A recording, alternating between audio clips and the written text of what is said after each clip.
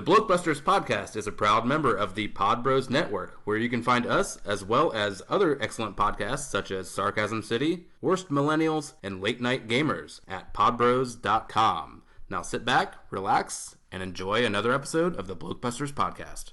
Tonight's story is somewhat unique and calls for a different kind of introduction. Who's going on? Today we are canceling the apocalypse! Wait a minute. You ain't heard nothing yet. And this is? Lilu Dallas Multipass. Frankly, my dear, I don't give a damn. Houston, we have a problem. Have you tried turning it off and on again? Gentlemen, you can't fight in here. This is the war room. Now, where was I? Welcome to episode 120 of the Blokebusters podcast. I'm Paul, and today I am joined by B-Rob. How you doing, sir? I am hanging in there as much as anybody else is. Yes. Yes, basically, if you're just getting by, you're doing spectacularly well in this day and age. But yes, it's been a little while since you've been on. Glad to have you back. And, I think the last time I was here, we was wrapping up Lemon and Snicket, huh? That is right, yes. That was not too long before the sort of brief hiatus. By brief, several months. There's like minutes in podcast years. Yes. That actually, one of my favorite podcasts. They typically go like 7 months between making an episode because they are just busy, and then every now and again they'll be like, "Oh yeah, we recorded something. Here you go."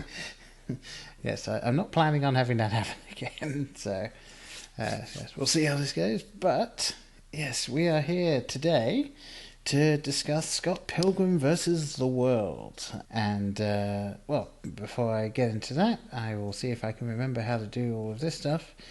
If you want to talk to us about anything said on this episode or anything on any previous episode, or just talk to us in general, because, why not? You can find us on Twitter, Instagram, and Facebook at Blokebusters. You can go to blokebusters.com if you like. The network that we are currently on is ending at the end of this year, but you can still go to podbros.com and check out all the other great shows there so that you don't end up not having a place to find those at the end of this year.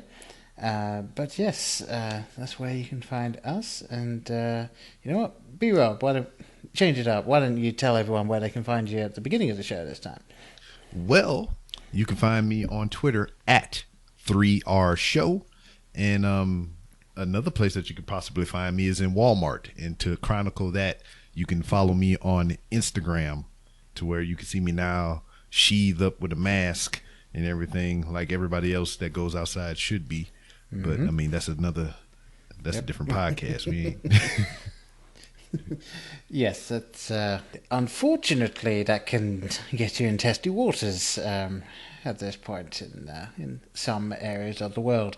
But yes, so as I said, we are about to discuss Scott Pilgrim versus the World, directed by Edgar Wright, with a budget of $85 million and a worldwide box office of only $48,056,764 US. Okay, so where you pulling your numbers from? Where am I pulling my numbers from? Well, it used to be Box Office Mojo. Okay. However, it's not Box Office Mojo anymore. It's just a site called The Numbers now. Oh, because I pulled mine from IMDb where I was kind of looking up the casting and everything. And, I mean, I guess, because it says the budget was $60 million estimated. So, I mean, I mean, you can estimate a lot of shit. And then their worldwide gross was 47. So it's not too far off in the worldwide gross.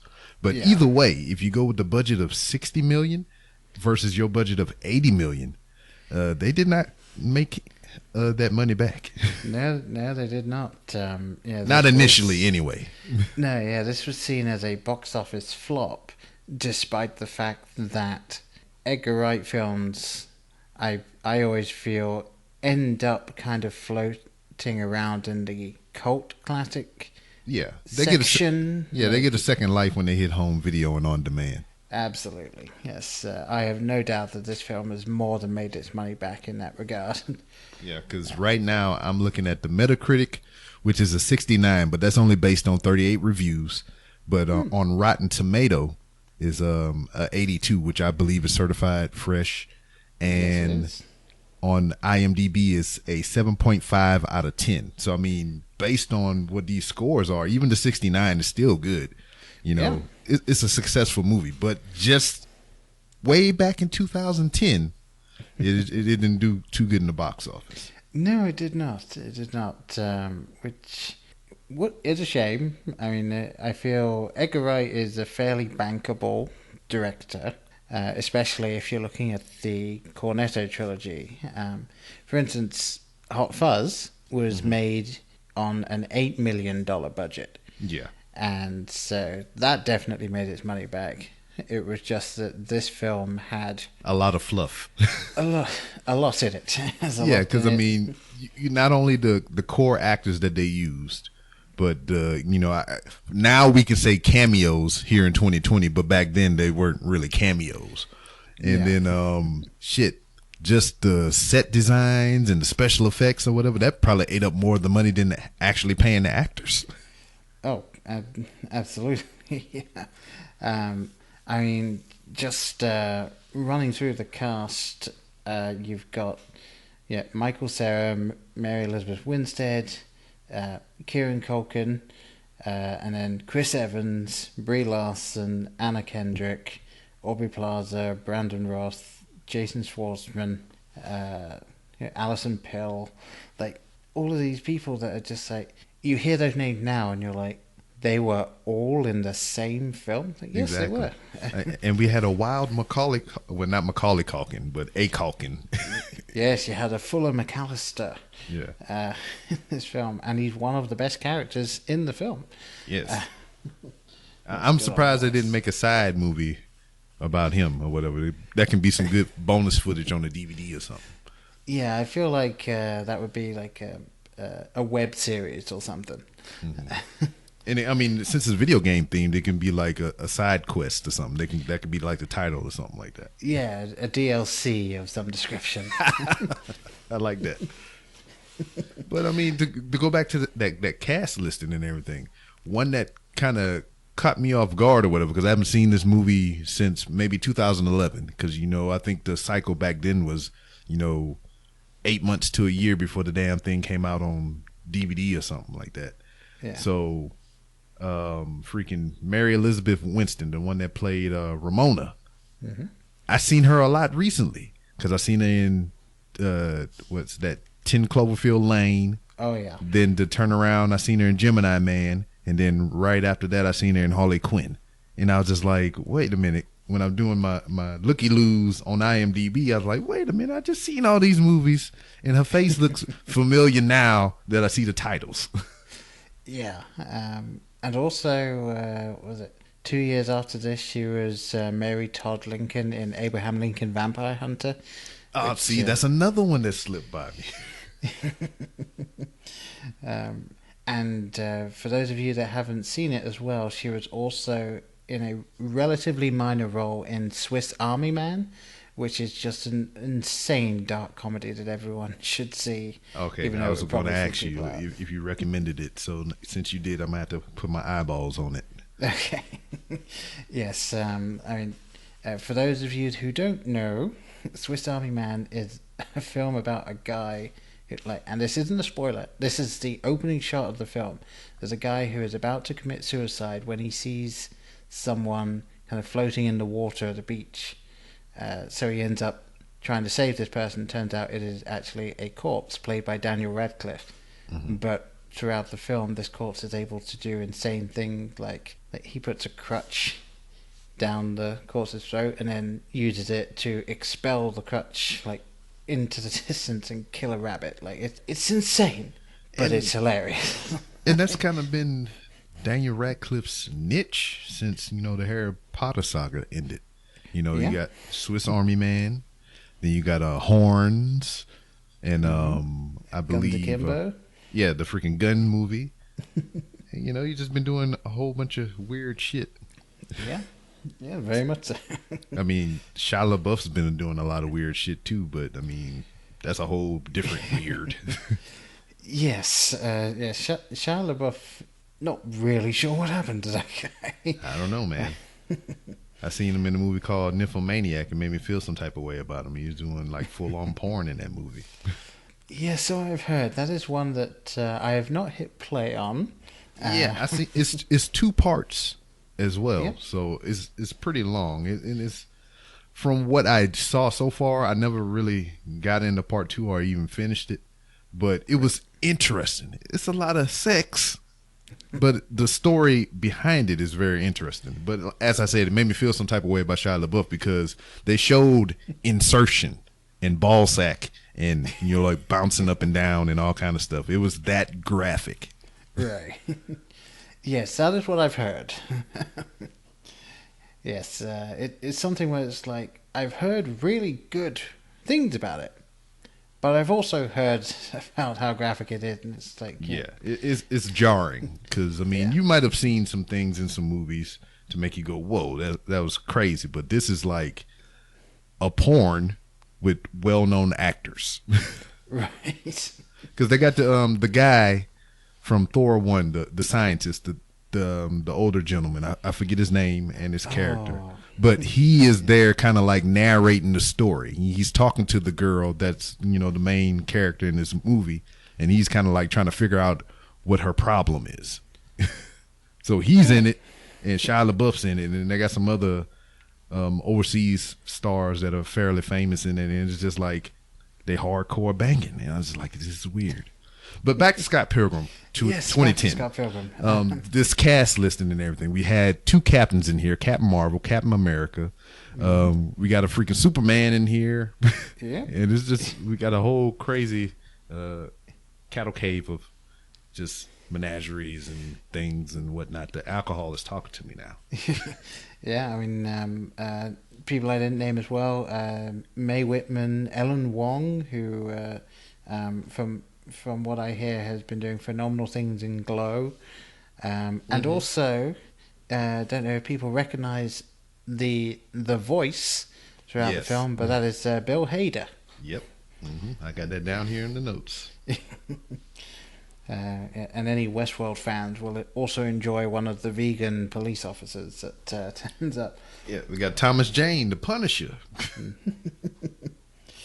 Yeah, it is quite, and as you say, looking back, it is quite the cast list. But obviously, back then, it was a bunch of actors, just trying to a make lot a of them name. doing relatively bit roles, if you think about it.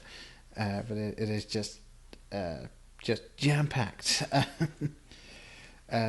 So one thing I wanted to ask, thinking back to when you first went to see the film, what was your experience of Edgar Wright before you sat down to watch it?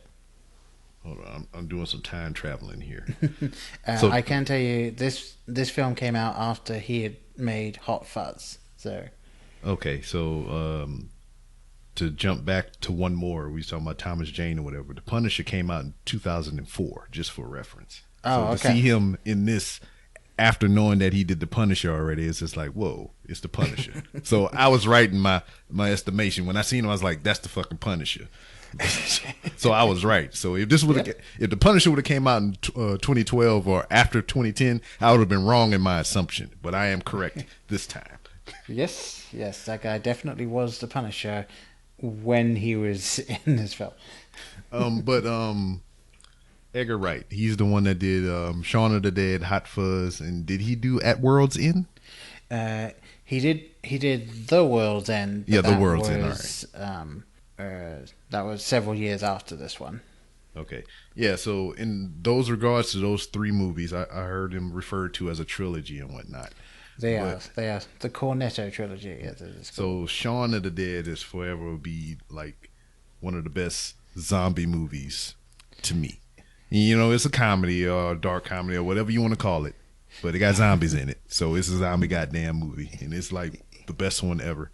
Just that style in which he made the films, the dramatic cuts and everything, which translated a lot into Scott Pilgrim. Yeah. And it's just like he made that his thing. So when people see those things in those elements in other movies, they refer to him. So that's my know of him before Scott Pilgrim and everything. So I've seen Hot Fuzz, I've seen freaking Shaun of the Dead and The World's End. I vaguely remember that because I think I only seen it once. Right. So I mean, it doesn't really stick like the other two, but I probably just need to revisit it again. I would recommend it.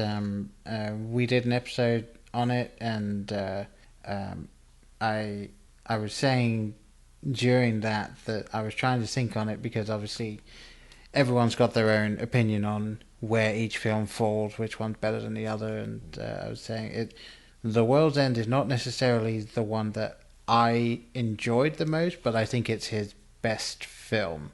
Well, at that point. I just like him as a whole because it's almost, the films have a lot of carryover. Like even the fence bit. So you got Shaun going over the fence in Shaun of the Dead. Then you got him going over the fence in Hot Fuzz, just like very acrobatic and everything. And I think in the third movie, the World's End and whatnot, I think he totally avoided it, or he got tackled through a fence or something like that. I vaguely remember it. Yeah, they do directly reference it, and it is kind of like they're just like, yeah, this is our bit. Here it is. Like it's the multiverse. It's the same characters, just in different iterations in different universes and whatnot. Yeah, and another thing throughout the Cornetto trilogy, not necessarily so much in the other films, but definitely in that one, you have a character that actually explained what the plot of the film is going to be right at the beginning of the film, because obviously in Shaun of the Dead, the thing that Ed rattles off, all of the drinks that they're going to do in the pub, that is everything that happens throughout the film. Yep. In Hot Fuzz, there's what is it that happens? I mean, basically everything that Nick Angel is asked about happens at the end of the film, or that is referenced again. And then in The World's End, the explanation of what happened on the glorious night out that Simon Pegg's character is trying to recreate, that happens again, and that is what happens to each of the characters throughout the film. Yeah. So, and then once again, there's a lot of that translates over into Scott Pilgrim, but we'll roll into that and we'll just kind of point those things out, right? Yeah, very. And yeah, I would say my experience with Edgar Wright, I had seen Shaun of the Dead and Hot Fuzz before this one. I had also relatively recently watched all of Spaced before seeing this, so it was interesting sitting down and seeing this because it is very much an Edgar Wright film, but it is very different to those films. So it was definitely cool to watch. I will say, I went to this and I watched it with my wife, and my wife walked out at the point when Roxy first appears on screen. Because my wife did not enjoy this film, and I will say my wife also hates anime, and I think that's the reason why she walked out of this film, because this film feels very much like a live action anime. Yeah, I've seen a lot of those elements in there throughout the film, and when I especially some of the fight scenes, and a lot of the characters are just kind of like over the top, like in most of the anime villains and whatnot.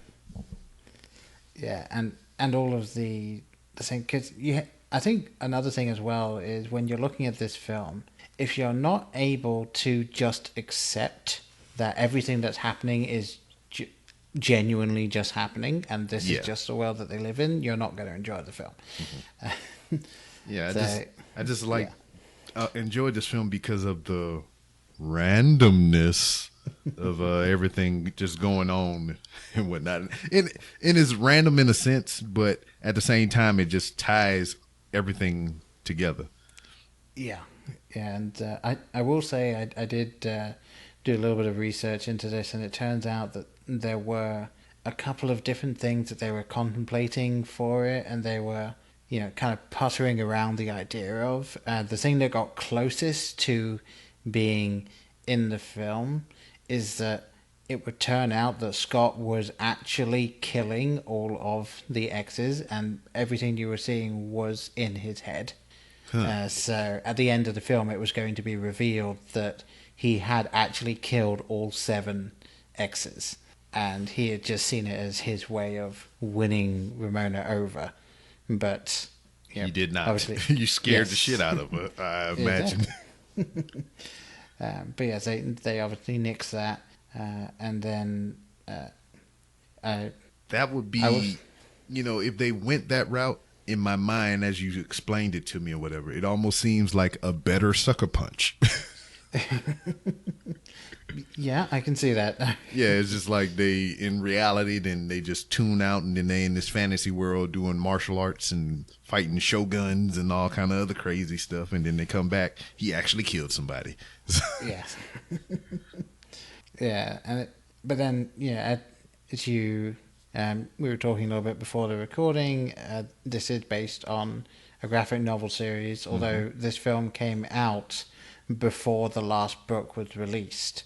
So they actually didn't know for sure how everything was going to go. I believe the writer did give them kind of the Cliff Notes version and gave them kind of guideline for where he was going, but he hadn't decided on the end of the series by the time they were filming it. So it's almost kind of akin to what they was doing with Game of Thrones. It's like the author was writing the books and they were kind of catching up to him as he was writing them and shit. And he was just like, hey, slow down, buddy. Yeah, it's because this is spoilers. We will be talking about the film. So at the end of this film, Scott obviously ends up going back to Ramona, but originally he was going to go with Knives. And they played heavily on that in this as well. Yeah, and it feels like I was actually going to ask you, like, obviously it's a little difficult to throw yourself back to 2010 or 2011 sitting in the cinema and watching it, but do you recall who you thought he was going to end up with at the end of the film? Even today when I watched it, I thought it was Knives. You thought it was Knives? Because it was like, it was a foggy haze when I saw it the last time and everything. Because it was just like my attention was divided. And then, I didn't have to, if I seen it in the theater, I would have paid more attention. But I had the movie on DVD or something like that. So I seen it at home. And then, when you're at home, you got all kinds of distractions. So I never really gave it the full attention it deserves. But even watching it today and just kind of familiarizing myself with it and being blown away by who was in the goddamn movie, I felt like even just the acting of it, he seemed like he was going to go back to Knives. Yeah. And I remember thinking about it like right at the end, 'cause there is a point at the end before that where there's enough of a breath that you get to kind of just quickly run over it in your head. And I was thinking, it feels like he might go back to Knives, but I hope he doesn't. Yeah, he should. I mean, yeah, he really shouldn't, because she's 17 years old and he's 22. Which is a 5-year difference. It is. But it's just where that 5-year difference is. Because in the eyes of the law. Yes, that's the thing. That, as you would say, someone who is 50 years old going out with someone who is 45, no one gives a shit. Someone who is 22 going out with someone that hasn't left school yet, just a little bit predatory there. Yeah, and then I was just thinking more of like, what type of 17 is she? Is she just turning 17, mid 17, or is she about to be 18? Yeah. But then again, there's 2 different 18s as well. It's 18 in school and 18 out of school or in college. So, I mean, you still rolling the dice. Yep. But yeah, and I just remember kind of sitting there and thinking that, as I said, it feels like he might go back to Knives, but I hope he goes to Ramona, because he has spent the entire film trying to get with Ramona. And then Knives herself even says that. Like, you went through all this for her. And we find out later, I mean, we're going in reverse, but it was a journey of self-discovery and self-acceptance. You know, Yes. he was always alone, and he felt he had to be with somebody. That's why he bounced from relationship to relationship, even though they didn't seem good for him. He just didn't. He couldn't fathom the fact of being alone. Yeah. Yeah, it's interesting as well. I don't know if you were paying attention. At the end, he gets the two different swords that he fights with.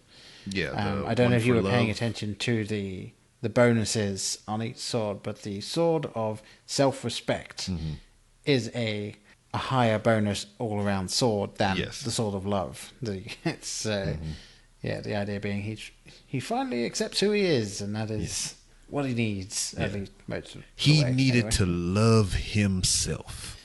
Yes.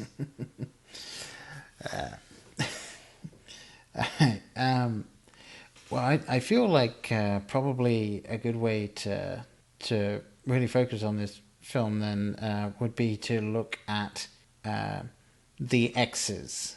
Okay. Because not only is that a good way of going through the film, but I do wonder who your favorite X is. So I think the first one would be Matthew Patel.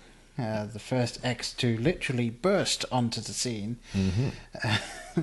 So, did you, as well, going through, I don't know if you noticed how many references to each number there was with each one. That's something that I was going to talk about as well. I didn't know how you was going to go through the film and everything, because I just went chronologically as I watched it.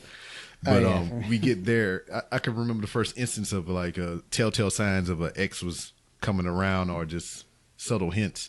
When him and Knives was walking, they was holding hands. I think they just came from the arcade, and they came to a crossroad that was in the shape of an X. Yep. And there's another point as well where him and Ramona are walking, and there are 7 X's on the screen. Yes. When they're doing it. Yeah, so there's a lot of just visual cues to when the X is afoot. And yeah, it's when they would Matthew Patel, one of his things is his hair is actually covering one of his eyes the entire time, so he effectively has one eye, and of course his backup dancers, singers, if you want to call them that, they all had the number 1 shirt on.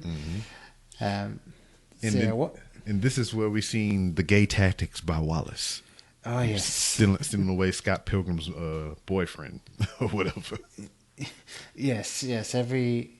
I believe that it is the thing that every single boyfriend Scott Pilgrim's sister has ever had, Wallace has taken them. Yeah, it's a really, really fun thing as well, and something that about the whole scene that was kind of the shock was, we've seen Scott Pilgrim. Yeah, up until this point, yeah. Relatively weedy, he's just he's not a loser per se, but he doesn't seem to have that much going for him. But then it turns out the man can fight. We don't know where it came from, but it happened. Yes. But yeah, and of course at the end of the fight he gets 1,000 coins, but I think the coins end up not even being enough for the bus fare home. Yes. So I'm not sure what coins they are. Yeah. Well, from I think in one of the scenes when one of the exes was vanquished, they had something down on the ground and they got a good view of the coins or whatever. It looked like it was Canadian money. Yeah.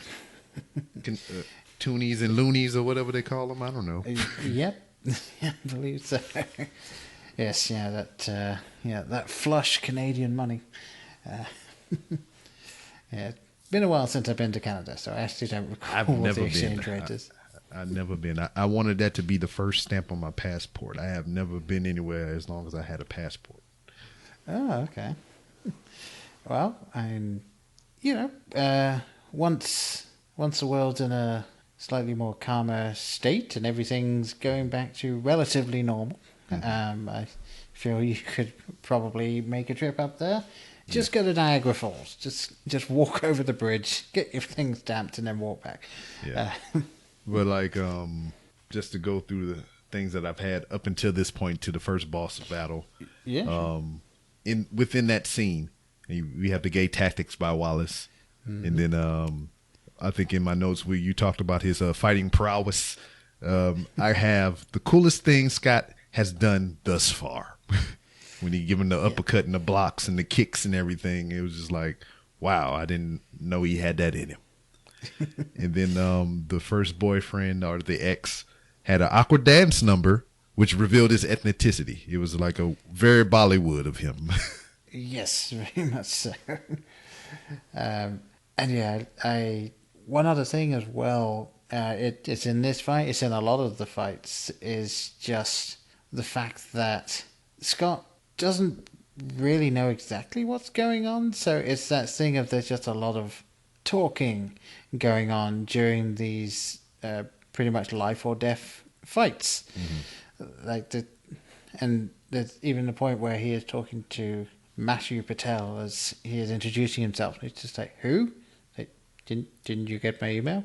Yeah, I feel like that was a thing around 2010 about did you get that email or whatever. Is this people in their emails then?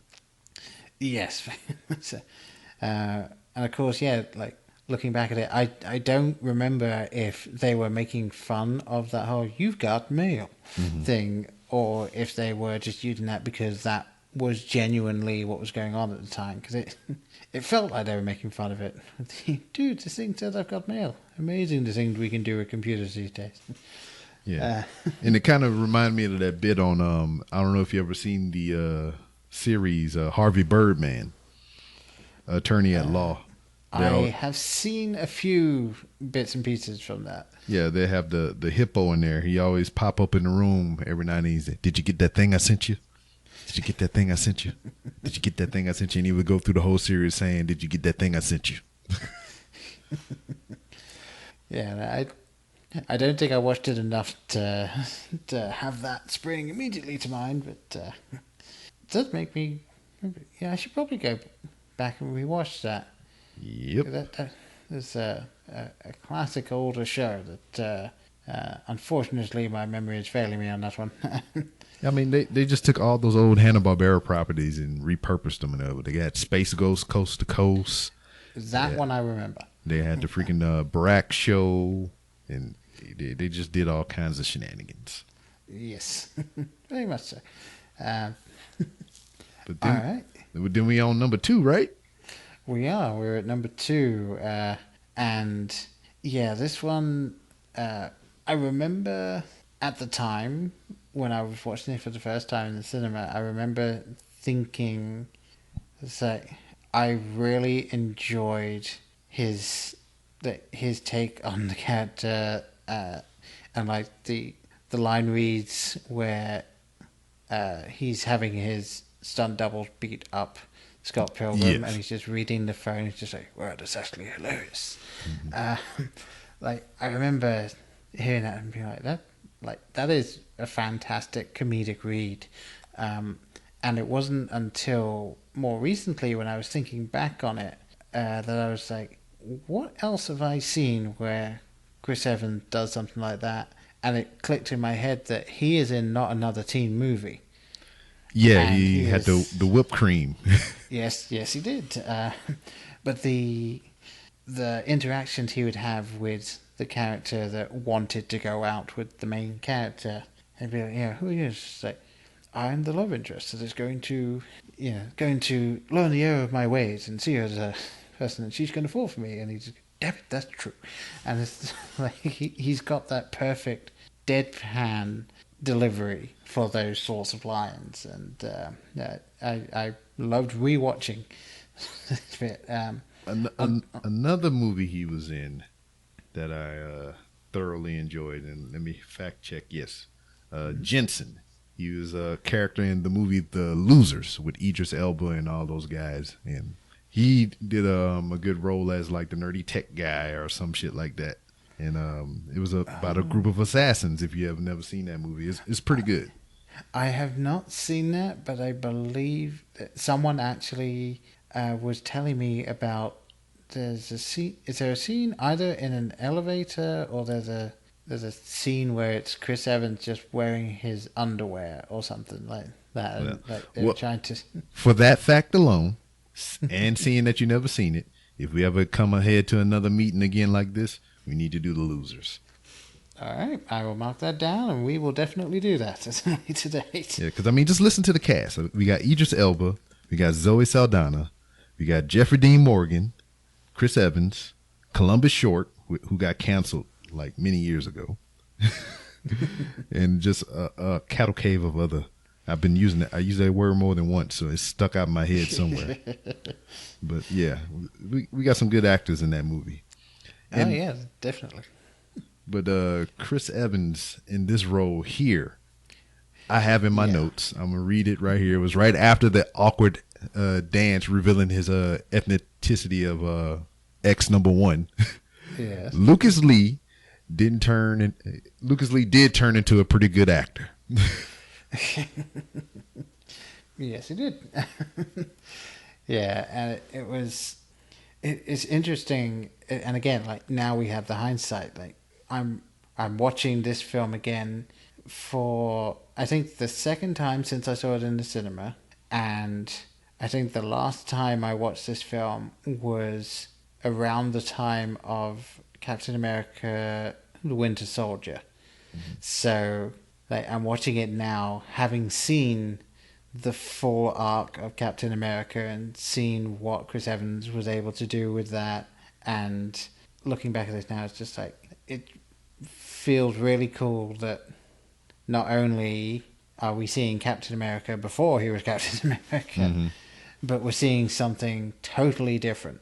So it's kind of a nice palate cleanser, shall we say? Yeah, because I mean, when you see these guys now that have a role that defines the rest of their career, you know, it is jarring. Once again, I think I've used that word earlier, to see them, you know, before that, previous, you know, Captain America and whatnot.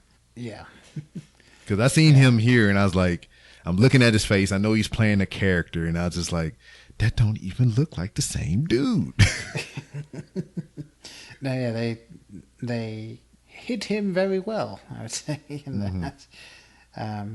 And one other thing I do know is that the stunt doubles that are beating Scott up in that scene, they were genuinely Chris Evans' stunt doubles, and they were also his stunt doubles at Marvel as well. Wow, that's pretty good.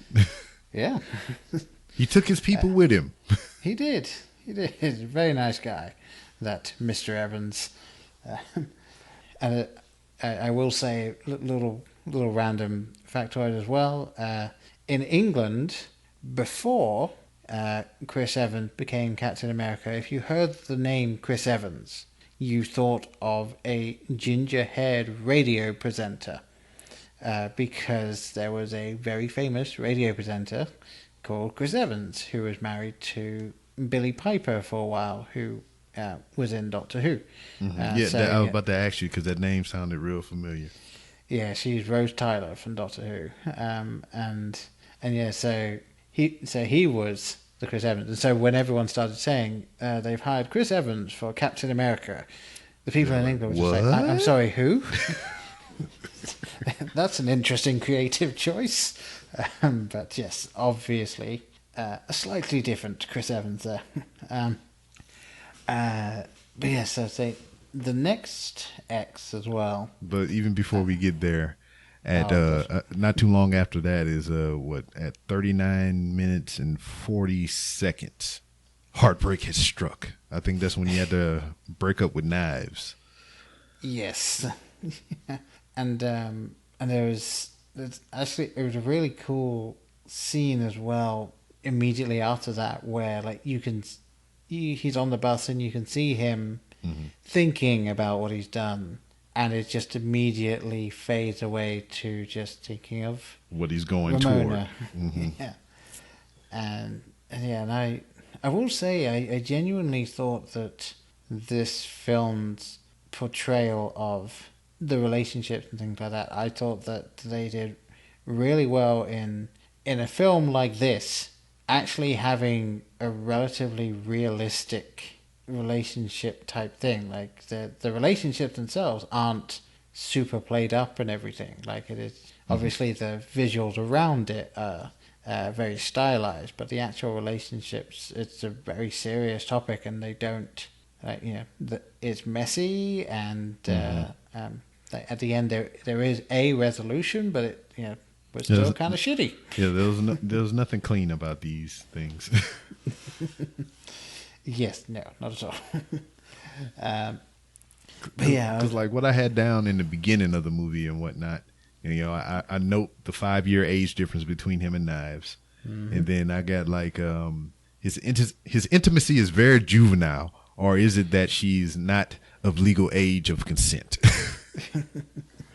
So it was like he was being all kitty and giddy because of the age barrier between the two or whatnot. He was more on her wavelength because they did have similar interests and everything like that, but he was just kind of play himself down to her level to kind of like match, if that make any sense, But when he with Ramona, he was more, trying to play up to her. So he was playing down the Knives and he was playing up to her. Yes, yeah, he's definitely someone who, and the film definitely helped. The stuff that happens in the film helps with that. It feels like he's not had to mature, and he clearly hasn't, because he is living in an apartment over the road from where he grew up, and he hasn't really had to be super serious about it. Which he shares a bed with the gay guy, who has gay partners. Well, I mean, is abundant that he's gay.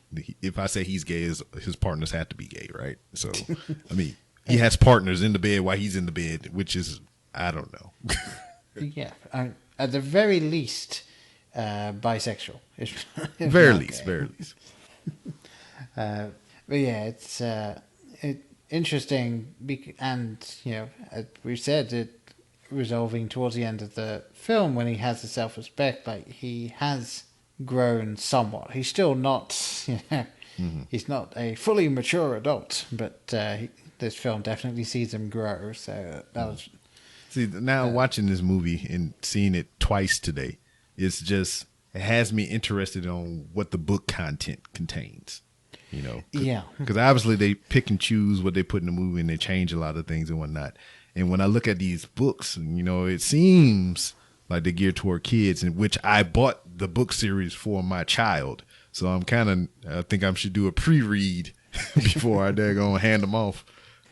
Yeah, I don't think it goes quite as. I don't believe it's as mature content-wise as the film. Yeah, because it doesn't seem like that. Yeah, I think it definitely has a lot of what's in the film. I know that much. And I can't remember because there's a point when Ramona's asking Scott about his previous relationships, and he mentioned that he fought 93 people to get to someone who he had to beat up to impress Kim. And I think that's in the books. So yeah, I think you do actually see that. At the very least, he brought something out. Might just be like a little half book or something that he did that had that in it. Yeah, it's cool. I definitely want to go and read it. I read the first book shortly before this film came out, and then I didn't end up reading the rest for one reason or another. I can't remember what stopped me, but I mean, I was living in England, so I don't think the book series was super popular there at the time. So that's my excuse, and I'm sticking to it. So this reveal of the next X kind of confused me. Okay. So, ta-da, X attacks him randomly in the alley, and I was just like, so is this number 3? And then it goes away, and then we get another X. So I was like, so is this one number 3, or is that one number 4? And it threw me for a flim flam. But then we see that the next X has a big ass number 3 on his freaking shirt later. So yep, and the intro scene. I mean, yeah, Envy. Obviously, we get to see Envy, and played by a then 18 Captain Marvel. So yeah, just wonderfully done. And apparently, she did the audition, and after the audition, Edgar Wright turned to the people in charge of casting and just like, we have to hire her. So like she I'm assuming she did Envy in that audition, and I think that's why she got in. And she actually does sing the song that's in the film. Oh, that's interesting. That was a pretty good song too. I think I have that here in my notes. Yeah. Really good song. Yeah, right next to it says boyfriend number 4 or 3, and a nice song with Brandon Roth. And I was actually reading just before we got started. He kind of got shafted with that because he spent 3 to 4 months learning how to play the bass. And his bass playing, he can play that song, and he can play it well. But that song is actually metric re-recording of the song, so you don't get to hear any of his playing during shitty. That song. That's shitty. Yeah. I mean, they made it look convincing. Everybody that played the instrument on there, it made me feel like they could actually play that for real. Oh yeah, and he is playing it. It's just that they didn't use that audio from the day. But yeah, I will say I think it's my second favorite bit of dialogue in the entire film is in the reveal of the fact that it's an X, and it's just that whole like that's Todd. Like, I know, you know? Oh. Yes. Oh, no. Yeah. And we go back to the introduction to Brie Larson and everything, Scott's ex, his big ex and everything. Yeah. I thought it was interesting that she had the snake earrings, and when she was talking to him at one point, you can hear a hissing in the dialogue and whatnot. Now, I was just wondering what it was about. They never really, did anything with that. I feel like that might be more of a direct reference to the books. I'd be interested to hear once you've got that and had a look through. But yeah, I feel like it, and obviously her being an ex herself, like just a snake. I can see that being in there. Actually, since we're kind of on the subject, the sound design for the entire film. Yeah, I have that here in my notes as well. I know we was going to get to it at some point, but it's just like everything had something. It had a place. The Seinfeld bit, a lot of Nintendo game references, and just crazy. It was, I might watch it again. And the only reason I haven't watched it again, because I watched it today twice on an iPad. So, I mean, I've heard a little bit of the sound design, but I didn't really get the full immersion as if I would watch it here in my house with the surround sound system upstairs in the movie room.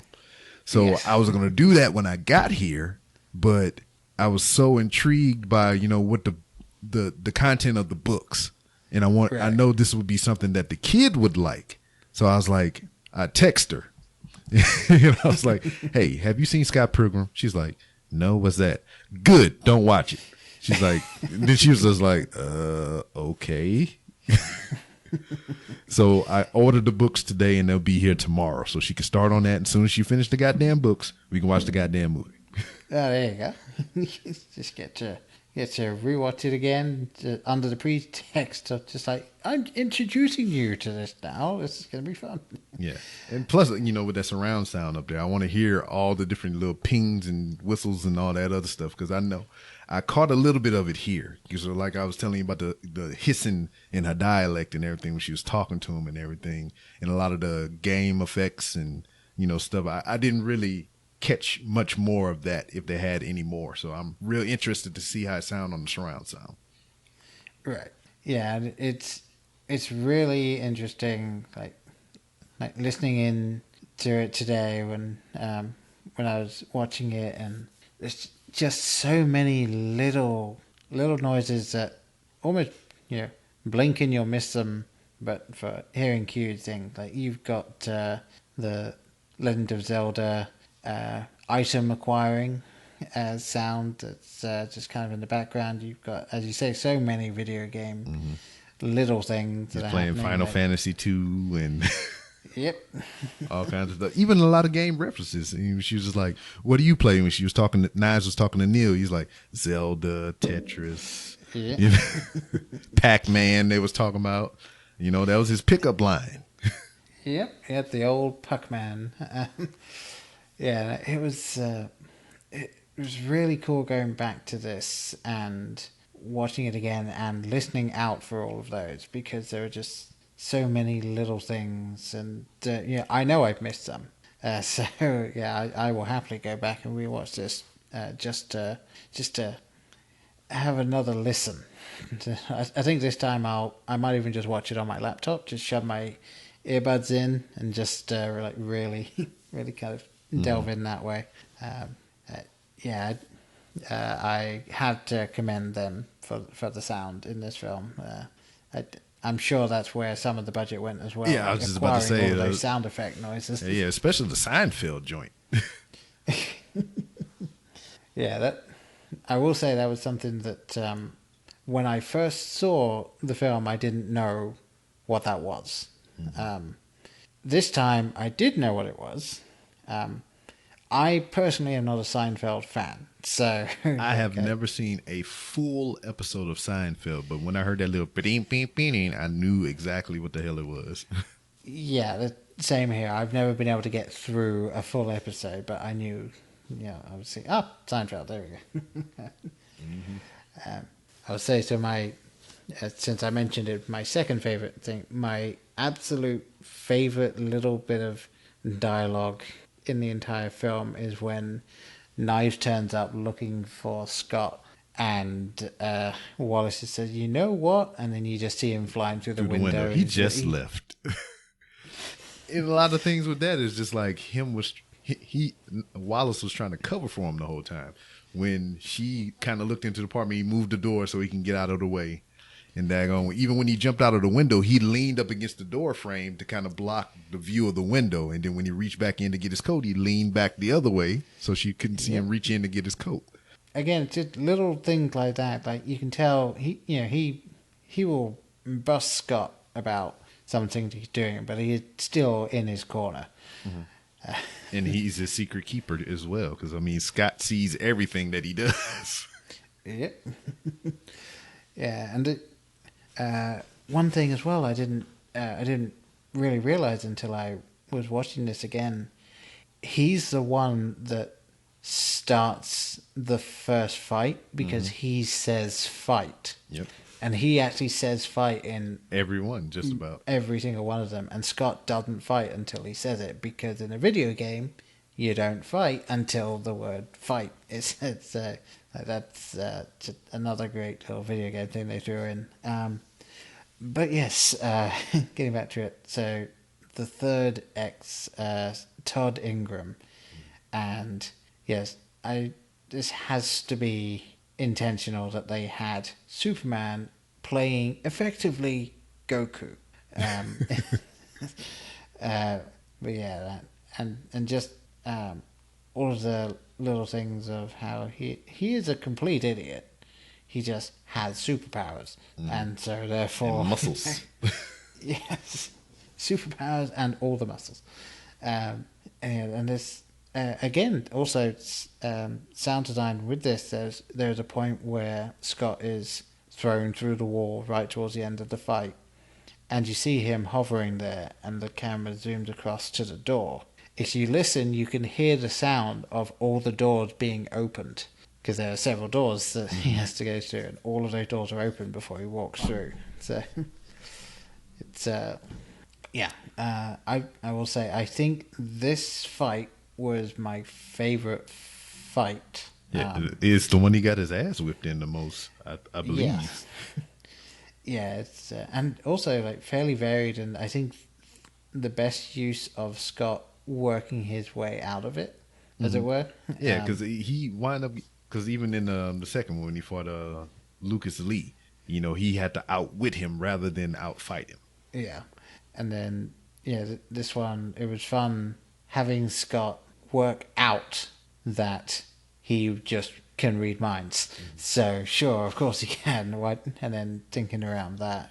What was also funny about this whole thing and whatnot, they cracked jokes on him about, oh, well, did you go to a vegan academy? And he really did go through like a whole vegan academy, which to why he wound up being an ex because he had to leave and she broke up with him. Yep. Yeah, it's really cool how there's pretty much no wasted dialogue in this film. Like, there's everything that is said either is driving the plot forward or setting something up. With the exception of pretty much everything that Kim says. But Kim's just fun to hear every time she's saying something. But yeah, and then we get to see a vegan being taken down by the vegan police. Yes. In my notes, verbatim. The vegan police. And then in parentheses, the Punisher, Thomas Jane, and what was the other guy? Clifton Collins. Yes, Clifton Collins. As I said at the beginning, for those Westworld fans, he is a major character in that. Well, okay, sort of a major character in that, and it was again fun just to go back and just go, oh wow, he was in this. Oh, that's cool. Especially with the fun high five right at the end. Yeah. And a massive headbutt to end this match. This is the scene to where I was talking about. You kind of see what kind of coins they are on the ground here after that headbutt. Yeah. Yeah. And one thing I found really interesting as well when I was watching it this time is how there's actually no point except maybe the final fight against Gideon where Scott's bandmates are at all worried about him. Like, he is in the middle of this fight where he is being telekinetically thrown around everywhere, and his bandmates are just like, we're just going down for the pizza. Give us a call when you're done. This was like, Scott got himself into this mess. This ain't really got nothing to do with us. Yep. And then it's another thing as well.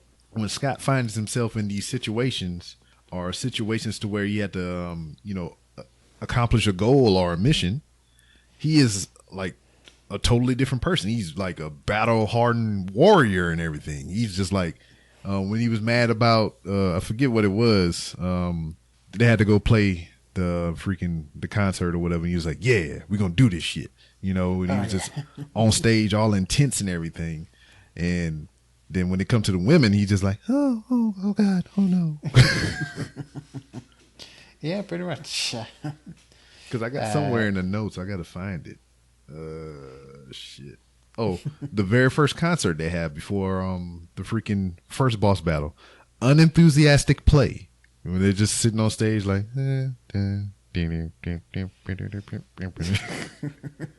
Just no emotion in that whatsoever. It's just like, I know they was nervous, but Scott was mentally checked out because before this, he had the mental time skip epiphany telepathy thing about Ramona in his dream and shit. So that was just a weird sequence of events as well. Yeah. And then we got to see the progression of freaking Knives getting super clingy as the movie progressed until the breakup at 39 minutes and 40 seconds. Yes. Yeah. The whole thing, and especially I found it interesting seeing like Scott being completely like checked out, and I watched a video. It was Cinema Wins did Scott Pilgrim, and one thing that they were talking about was if you watch the flow of the scenes where Scott is completely checked out, but everything is just flowing so well from shot to shot to shot, where he's talking to Knives, and then as they're walking, it cuts to another place, and they're still walking, and he's not paying attention, and then he's talking to his bandmate, Stephen, who is saying something, and then it cuts and they're already walking to the venue that they're going to. Like all of that stuff is really well done. And that whole scene was described in the very beginning of the movie. Yeah. We almost held hand once, and then we go on walks, and then she tells me about school drama and the yearbook club, and in that scene that we were just talking about, that's all the stuff they were skipping through. He was checked out of all the things that he was telling them that they enjoyed doing together earlier. Yeah, exactly. Again, it is like a little Edgar Wright thing. It's not quite on the scale of the Cornetto trilogy, but it is like just something there where it's such a great little callback. So you are just seeing his loss of interest and fascination with Ramona, which it's interesting to watch because obviously after the fight with Todd, he is somewhat understandably getting a bit frustrated with the fact that all of these people are trying to kill him, and so it causes like a real argument between them, and you do get to see like, okay, he's frustrated, but again, he's not mature enough to properly have this conversation, so he is blowing up. And this is the point where Ramona is saying, you've got your baggage too that you're not dealing with in the slightest. And we get that scene of them walking into the club of like, oh, what, Knives? She's fine, as she's staring straight at them. It's like, what about Kim? Yeah, totally. What I found funny about that, she's like, Knives is okay. She's with Neil now. And then he's like kind of waving, and you walk by and all you hear is like, no. Yeah. Yeah, I think I missed that the first time I ever saw it, and then I caught that the last one. It was just like at 39 minutes and 40 seconds. And the fight scene, like I'll say, the fight scene with Todd is my favorite, like Scott X fight. However, the Ramona side quest. Yes, the fight against Roxy, I think, is actually the best overall fight, just because the visuals in it and the way that they put it all together, and having Ramona help him fight, and of course you've got the giant hammer and this is legitimately what this is called, hammer space. Yeah, and that is the term for the space where you can just reach into an extra dimension and pull out random stuff. It is just called hammer space. I think you would call it hammer time. You could. Yes. Every time you reach in, that is hammer time. And this was the only fight that she was kind of involved in and whatnot, because it was just, she said from herself, it was like, I was bi-curious and this didn't count. Yes. And that's actually another thing as well, like going back to the numbers. I have the list right here in front of me. I took a screenshot of it. I say when Ramona says she was bi-curious, and then Roxy says she's bi-furious, like that's 2 and 2, which makes 4. There's a point in the fight where she is insulting Scott before she bants in between the two of them, and the thing that she says is repeated 4 times before she appears. The one thing that I think was a missed opportunity was, and I actually managed to catch it, all of those words that you kind of see flash up on the screen, each one of those is actually one frame of just white with the word on it, but the word is path. And so it's only 3 letters long. I feel like they could have added an extra F and made it the 4. Yeah, I see what you're saying. But again, that's probably a direct reference to the book, so I can't properly comment on it without figuring that out. Yeah. So what was interesting about how this girlfriend, boyfriend got vanquished, it was through sexual means. And what tickled me about this is, when they poof, money comes out. So I called that the money shot. I bet you were chuckling as you wrote that one. Yes, I have it here in my notes, and I'm chuckling as I look at it.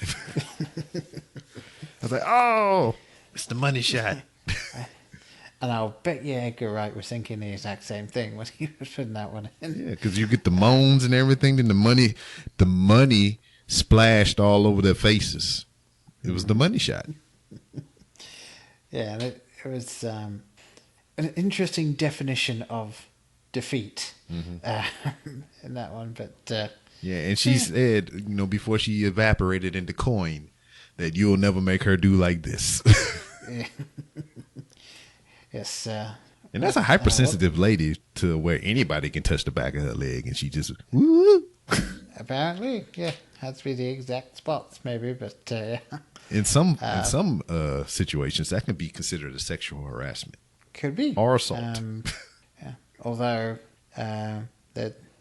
we have the buffer zone of this being in 2010, so we're good to go because they had a whole bunch of gay references and just some other slander that, when I heard it, it just hit my ears all crazy, and I was just like, you can't say that in 2020. Yes, that is definitely a different time. Although I will say maybe I wasn't looking for it. Like, I don't feel like I heard a single line that was disparaging of gay people in the film at all. I don't either, but I've tried to be hypersensitive to what's going on around me now, because I was just like, what I hear is ha ha hilarious, but also what I hear in the context of 2020 is just like, ooh, somebody could lose their job over that. Yes, yeah, and it almost had me in the room looking around like, am I going to get in trouble for watching this? Yeah, and it is interesting. I do think that that specific way of dispatching the evil X, which again, actually brilliant kind of foreshadowing beforehand as well. The fact that Ramona keeps saying X, like rather than ex-boyfriend, it's like exes. It's just like, hey guys, no, it's just not just guys here, Yeah, I feel that particular method of dispatching her would not happen now. No. And again, not that I feel that there was any specific malice or anything like that. I personally can't think of a way that someone would watch that scene and be disturbed by it. Yeah. But in a way of thinking of these scenes now as in reference to the books, is just like, is this shit gonna be in the books? When I get this to my 9-year-old, is she gonna be reading about tickling the back of somebody's leg and shit? I'm going to guess no on that. Like I said, that's the vibe I'm getting from looking at the book and everything. It's just like, that's not the intent. It's just they had to, with the characters they had in this movie, they had to kind of play it up to a more adult audience, because I don't know, adults come with kids to see movies and things, and from looking at this movie right now, I would let my 9-year-old watch this. Matter of fact, I was going to let my 9-year-old watch it today, but I was just like, I would rather her read the books first, then we watch the movies, Yeah. So I have no problem with the movie. Right. Yeah, I think my daughter being almost 4, not quite the right age range for this one. She'd be running around here headbutting people, thinking they're gonna turn into coins. Yeah. Now I am kind of getting her into watching like old Ghibli films and stuff like that, so she might like the visual style, but yes, no, the actual content a little over her head, and she doesn't necessarily need to be hearing everything that's in the film. So I found it interesting. The next 2 X's, obviously, 5 and 6, are twins, and I think there's even one person in the film who says, like, when they realize like they're twins, like at the same time, and that never gets answered. And I like that. It's like they throw it out, and so it's up to you. It's like, did she date them at the same time, or was it she dated one and then immediately the other? Who knows? Or they could have played the flim flam on her, Could have. Who knows? It's like that Tootsie Pop commercial. It's like the world may never know. And I did enjoy. I don't know when you noticed it, but all the times that she is rubbing the back of her neck. Yeah,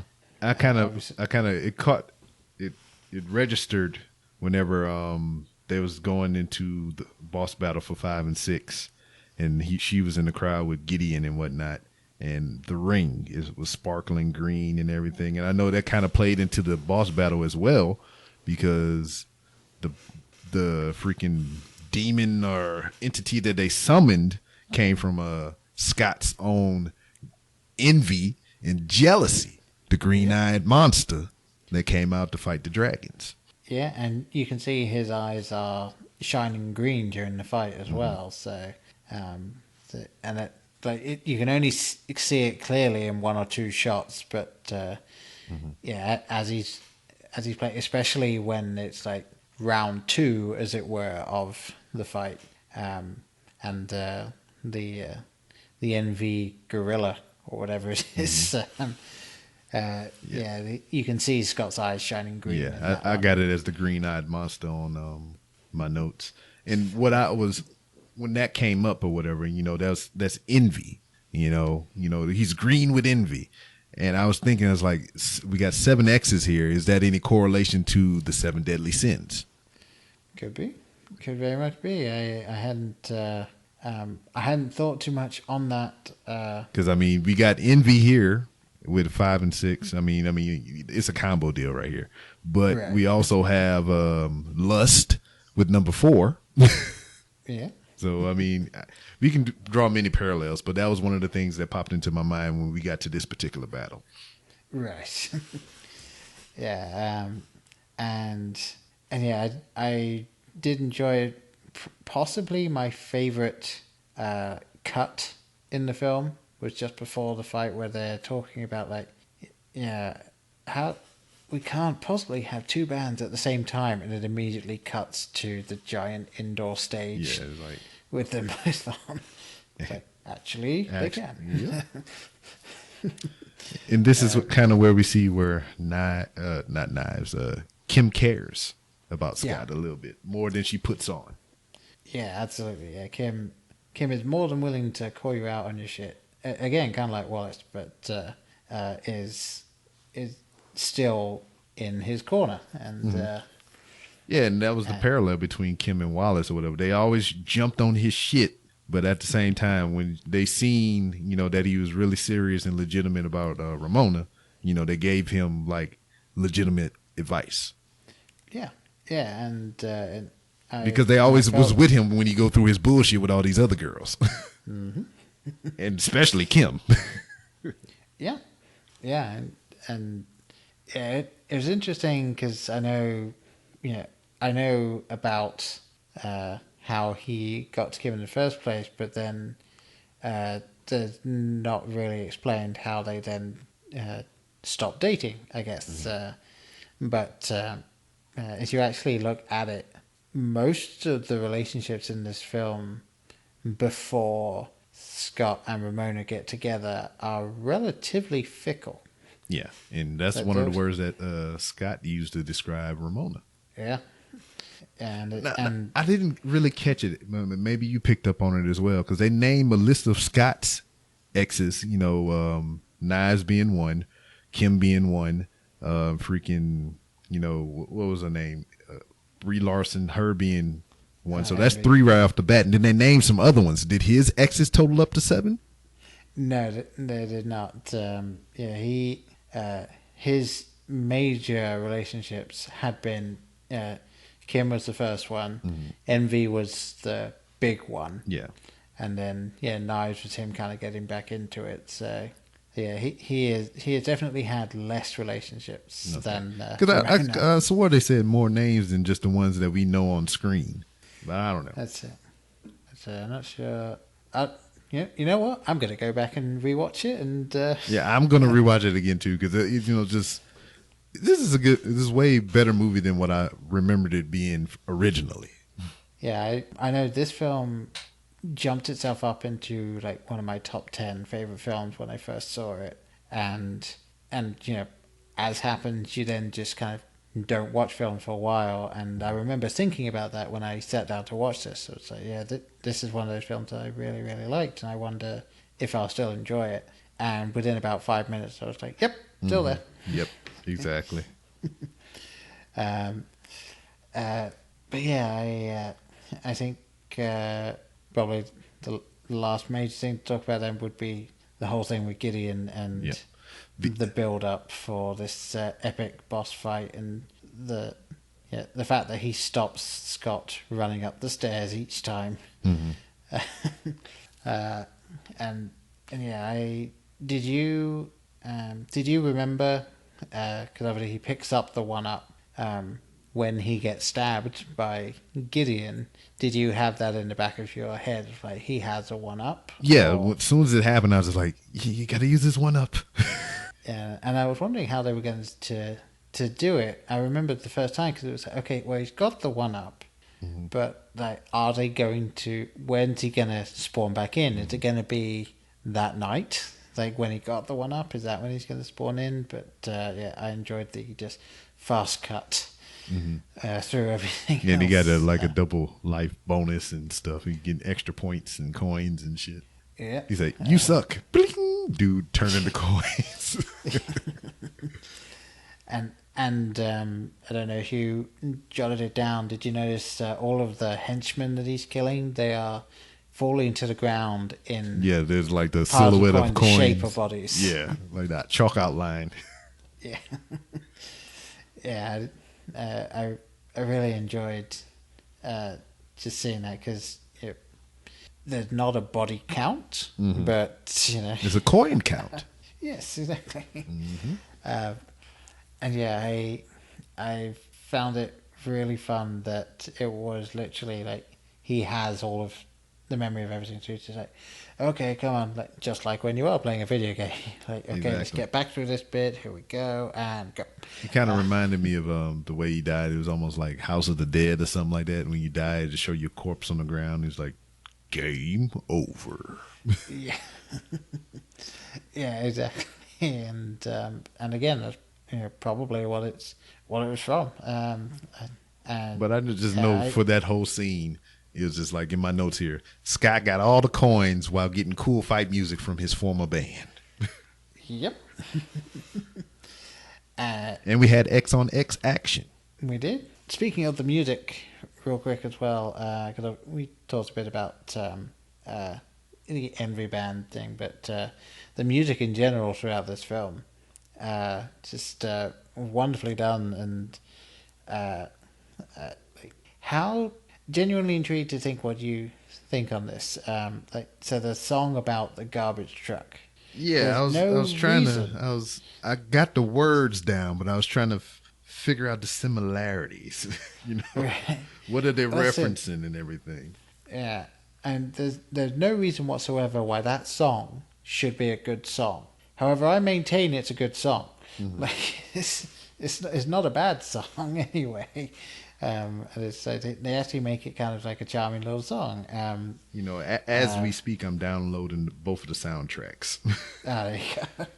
Because I meant to do it earlier today, but I forgot until just now. Yeah, I will say I believe on the soundtrack for the film, the song is it Black Sheep? The song that Brie Larson singing in the film, the soundtrack version actually isn't Brie Larson singing it. For some reason, it's another singer. I think they just got Metric to redub that's it. That's what it says here. Is track number 12 by Metric. Yeah, but then there is actually a version out there of Brie Larson singing the whole song. They got 2 versions of Ramona on here. Oh, there you go. Then they got Threshold by Beck, and then they got a version of Garbage Truck by Beck. Yep, yeah, because I believe Beck wrote a large number of the songs that Sex Bomb played. That there's what was it? I know I read it somewhere. Basically, Edgar Wright sent Beck the storyboards for the film, and he put it up all over his studio, and then sent them back like 39 songs. Shit. Like in a weekend, he just wrote, sang, mastered, and sent them all of these songs. They even got the video game soundtrack on here. I'm gonna download that too. Oh, there you go. I'm gonna have to find that as well. Yeah, the video game came out the same year the movie did. So they adapted the book into a movie, and upon making the movie, they made a video game at the same time. Yeah, that's actually a thing. I don't believe you can get the video game anymore. I'm about to find out. All right. I'm pulling up Steam right now. Let's see what we can find. Well, while you're doing that, then I was gonna say I did find the Gideon fight. The only thing I thought the Gideon fight was really good, and I found that they did a good job of not making it feel repetitive, because you get to see the fight twice, and it goes different ways, and you don't see too many of the same moves each time as well. So they were able to keep it fairly flowing and not too boring. The video game got a 77 on Metacritic. Oh, there you go. And again, Gideon, as you see, he's got all of the +7s. Every hit he does on Scott does 700 damage. He has a sword that looks remarkably like Sephiroth's sword from Final Fantasy VII, which, fun fact, is 7 feet long. And so he has all the 7, and just another great bit of dialogue as well when he's glitching out at the end, where he's just complaining about how long it took him to put together the League of Evil X's. Yeah. And it's just, how long it took me? Like 2 hours. And I don't know, again, you might not have caught it given how you were listening to it, when he does that cough. The coin pops out. Yeah, the coin pops out, and you hear the coin, like the bling noise of it hitting the ground.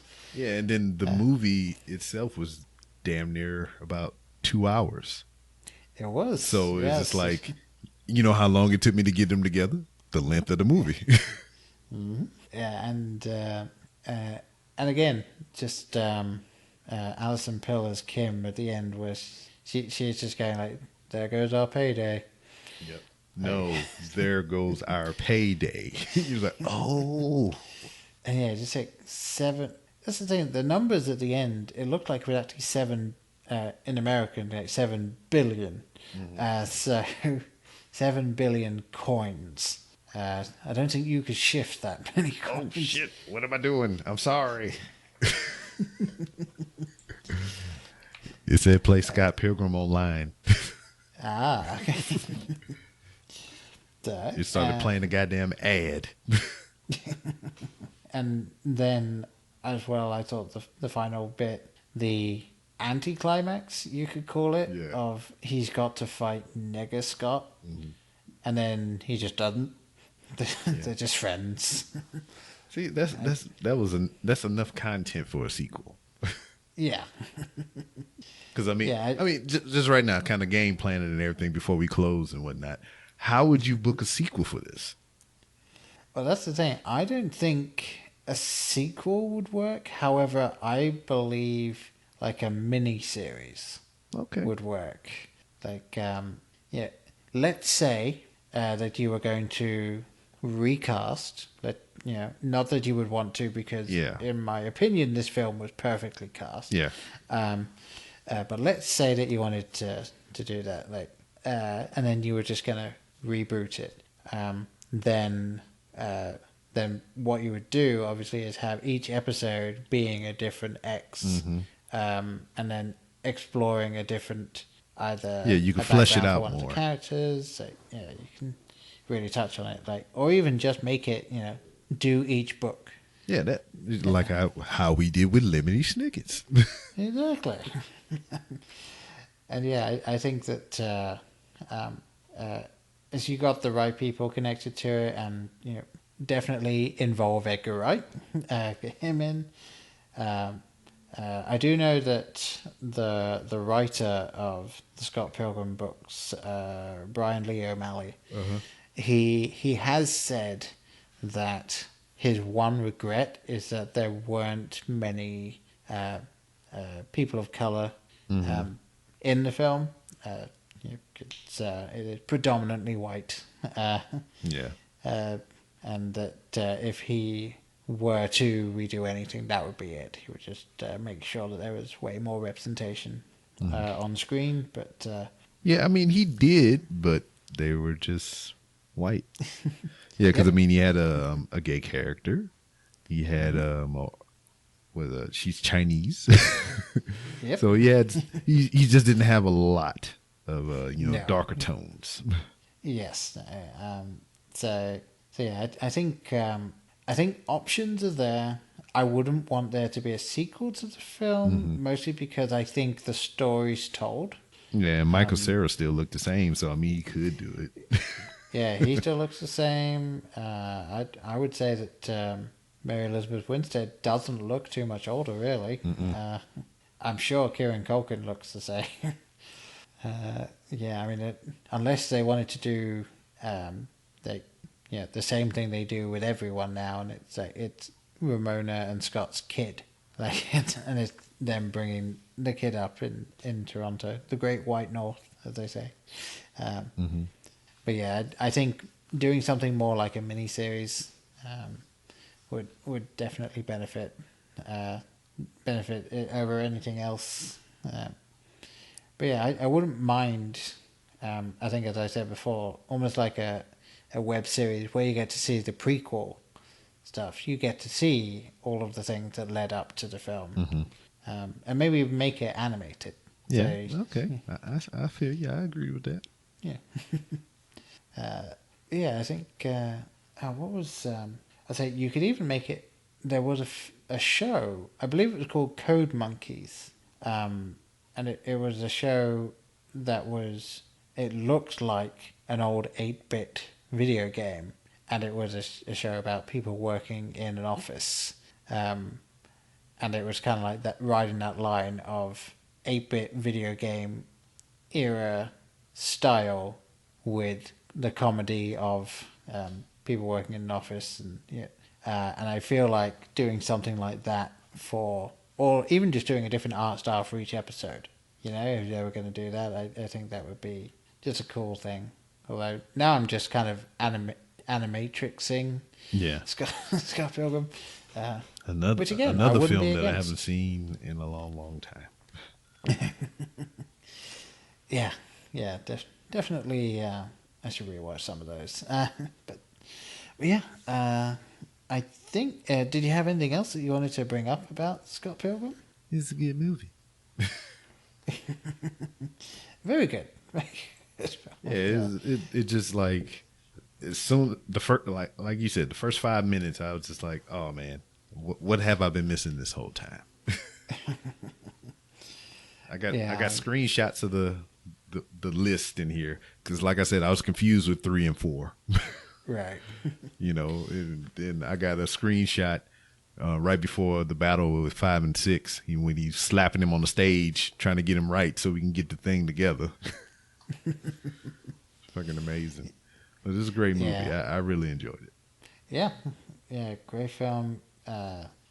Fantastic visuals, amazing sound design, great music, and pretty much perfect casting. Yeah. So this was almost Player One before Player One. Yeah. It's just like they had all the sound elements of the visuals in Ready Player One. Yeah, definitely. It's like, it's pretty much if Ready Player One came out back then. Japanese anime. Okay, yeah, I like that. I got that. I get that reference. I'd say that I was trying to actually think about it because there have been a lot of like live action anime adaptation, mostly Japanese, but some Western, including one that will definitely never be named, and I will never bring it up on this podcast. Okay, wait till we go off air then, because I'm interested now. Yeah, no. But there was one live action anime that I saw the first episode of, and it actually was Oran High School Host Club. Oh, okay. And they made a live action version of that, and there's one part in it where a character finds out a reveal at the end of the episode, and the Japanese word for surprise comes flying in, picks him up, and slams him into the back wall. And it's like, okay, that's live action anime. And then watching this film, that's live action anime. I got you. Yeah. And also something that I should have expected, given Hot Fuzz and Shaun of the Dead, but I wasn't fully expecting it when I first saw the film. Just amazing fight sequences. Like, this is how you shoot a fight. And it was just like, you got Michael Cera, who looks like the non-fightingest person ever in the world.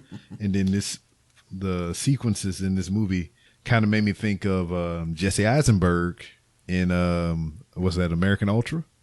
Yeah, I was like, definitely. Yeah, the two most unlikely people that you bring into a fight, just whipping everybody's ass.